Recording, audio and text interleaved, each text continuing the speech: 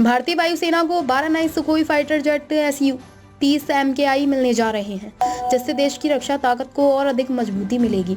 रक्षा मंत्रालय ने इस सौदे के तहत हिंदुस्तान एरोनॉटिक्स लिमिटेड HAL के साथ 13,500 करोड़ की डील साइन की है। इस सौदे के तहत बनने वाले सुखोई जेट्स का 62.6% निर्माण भारत में किया जाएगा। ये विमान HAL की नासिक डिवीजन में तैयार किए जाएंगे, जो देश की आत्मनिर्भर भारत पहल को मजबूत करने की दिशा में एक बड़ा कदम है।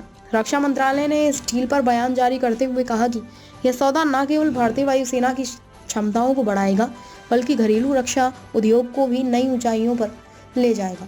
Su-30 MKI जेट्स, जो मूल रूप से रूसी विमान निर्माता सुखोई द्वारा डिजाइन किए गए हैं, अब HAL के लाइसेंस के तहत भारत में बनाए जाते हैं। ये जेट्स मल्टी रोल क्षमताओं वाले 2 सीटर फाइटर विमान हैं, जो लंबी दूरी तक मिशन को अंजाम देने में सक्षम हैं। एरो इंजन की भी बड़ी डील। इससे पहले 2 सितंबर को cabinet committee on security CCS ने HAL के साथ 26,000 करोड़ से अधिक की लागत पर 240 एरो इंजनों की खरीद को मंजूरी दी थी।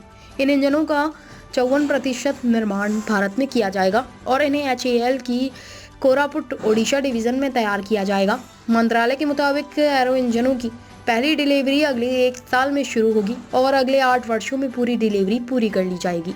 भारतीय वायुसेना को होगा बड़ा लाभ। Su-30 MKI विमान और नए एरो इंजन भारतीय वायुसेना की ताकत और संचालन क्षमताओं को नई ऊंचाइयों तक पहुंचाएंगे। भारतीय वायुसेना को होगा बड़ा लाभ। Su-30 MKI विमान और नए एरो इंजन भारतीय वायुसेना की ताकत और संचालन क्षमताओं को नई ऊंचाइयों तक पहुंचाएंगे। इन विमानों को देश की रक्षा जरूरतों के अनुरूप तैयार किया जाएगा और इनमें अत्याधुनिक तकनीक का इस्तेमाल होगा। यह सौदा भारत की आत्मनिर्भरता को न केवल प्रोत्साहित करेगा, बल्कि रक्षा क्षेत्र में भारत की वैश्विक स्थिति को भी मजबूत करेगा। संसद हमले की 23वीं वर्षगांठ पर समाजवादी पार्टी के अध्यक्ष अखिलेश यादव ने कहा, हम उन सभी वीर सैनिकों को याद करते हैं जिन्होंने लोकतंत्र की मंदिर की रक्षा की। उन्होंने बहुत बहादुरी से लड़ाई लड़ी और राजनीतिक नेताओं की जान बचाई।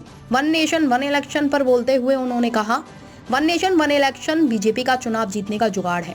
संसद में संविधान पर बहस को लेकर अखिलेश यादव ने कहा, संविधान की रक्षा करना हर किसी की जिम्मेदारी है। संविधान हमें पीढ़ी परिवार आगे बढ़ने का रास्ता दिखाता है और हमारी सुरक्षा करता है। पीढ़ी परिवार का दायित्व है कि संविधान की रक्षा करे।